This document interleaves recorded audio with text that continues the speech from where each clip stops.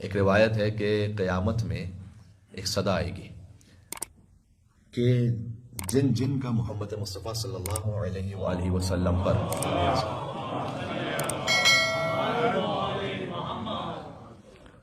کوئی حق باقی ہے وہ کھڑے ہوں. یہ آپ نے توجہ فرمائی. قیامت میں صدا آئے گی کہ جن کا حضور پر کوئی حق ہے وہ کھڑے ہوں. ایک گروہ کھڑا ہو جائے گا،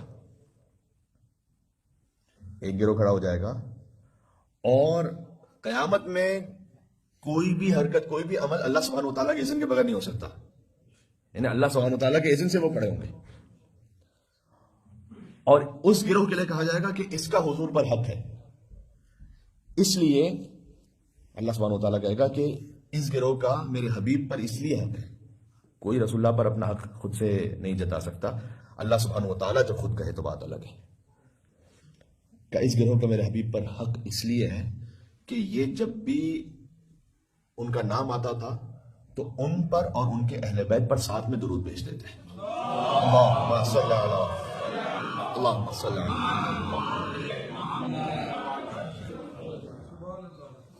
اللہ اکبر. درود کی عبادت وہ ہے کہ اللہ سبحانہ وتعالیٰ کو یہ کہتا ہے کہ آپ کا حق بن گیا رسول اللہ صلی اللہ علیہ وآلہ وسلم پر. کہ جب یہ درود بھیجتے تھے میرے حبیب پر تو ان کے اہل بیت پر ساتھ میں درود بھیجتے تھے. روایتیں ختم نہیں ہوئی. اللہ سبحانہ وتعالیٰ کہے گا کہ اب جاؤ اہل محشر کے درمیان، جس نے تم سے کبھی کوئی زندگی میں مہربانی کی ہو اس کا ہاتھ پکڑو اور ساتھ لے کے جاؤ جنت میں اسے. سبحان اللہ. یہ دو لفظ روایت میں لے جاؤ اسے جنت میں. سبحان اللہ. یعنی درود کی عبادت وہ ہے کہ ایک تعلق بنتا ہے آپ کا قلبی طور پر، واقعی آپ روحانی طور پر محسوس کرتے ہیں اسے. اور فرمایا کہ جس شخص کے گناہ اتنے زیادہ ہوں کہ وہ قادر نہ ہو کہ اپنے گناہوں کی معافی مانگ سکے، اسے چاہیے کہ مجھ پر کثرت سے زیادہ درود بھیجے.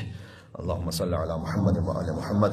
جمعے کے دن سب سے افضل عبادت یہ بتلائی گئی ہے، 100 مرتبہ درود بھیجنے کی خاص تاکید کی گئی ہے. امام صادق علیہ السلام انہوں نے بھی ارشاد فرمایا ہے کہ ما من عمل فی یوم الجمعہ افضل من صلوات علی محمد وعلی محمد. مستحب اعمال میں کوئی بھی عمل حضور پر درود بھیجنے سے زیادہ افضل نہیں ہے جمعے کے دن.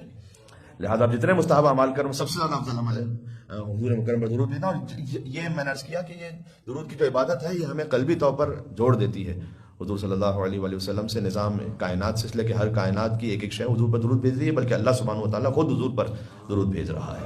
اللہم صل علی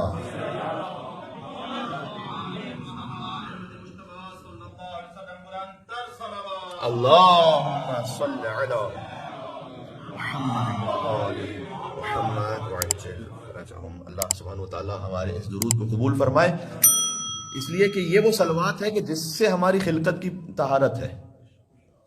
زیارت جامع کبیرہ میں جعل صلاتنا علیکم طیبا لخلقنا وطہارتا لانفسنا وتزکیۃ لنا وکفارۃ لذنوبنا. اہل بیت جب ہم آپ پر درود بھیجتے ہیں تو یہ ہماری خلقت کی پاکیزگی کا اعلان ہے. آپ کا درود بھیجنا ہماری خلقت کی پاکیزگی کا اعلان ہے. طیبا لخلقنا وطہارتا لانفسنا، نفس کی طہارت ہے، وتزکیۃ لنا وکفارۃ لذنوبنا. یہ سب کچھ اس ایک درود میں ہے. معروف ہے کہ عبداللہ بہجہ سے کسی نے پوچھا کہ مجھے کوئی وظیفہ کوئی عمل بتلائیے، تو انہوں نے یہ کہا کہ مختلف قسم کی وائٹامنز ہوتی ہیں. ڈاکٹر صاحب تشریف فرمائے تو وائٹامن اے ہے، بی ہے، سی الگ الگ، لیکن ایک اللہ سبحانہ وتعالیٰ نے ایسا ذکر رکھا ہے جس میں ہر قسم کی کوئی ملٹی وائٹامن ہوتی ہے نا، وہ ہے درود بھیجنا.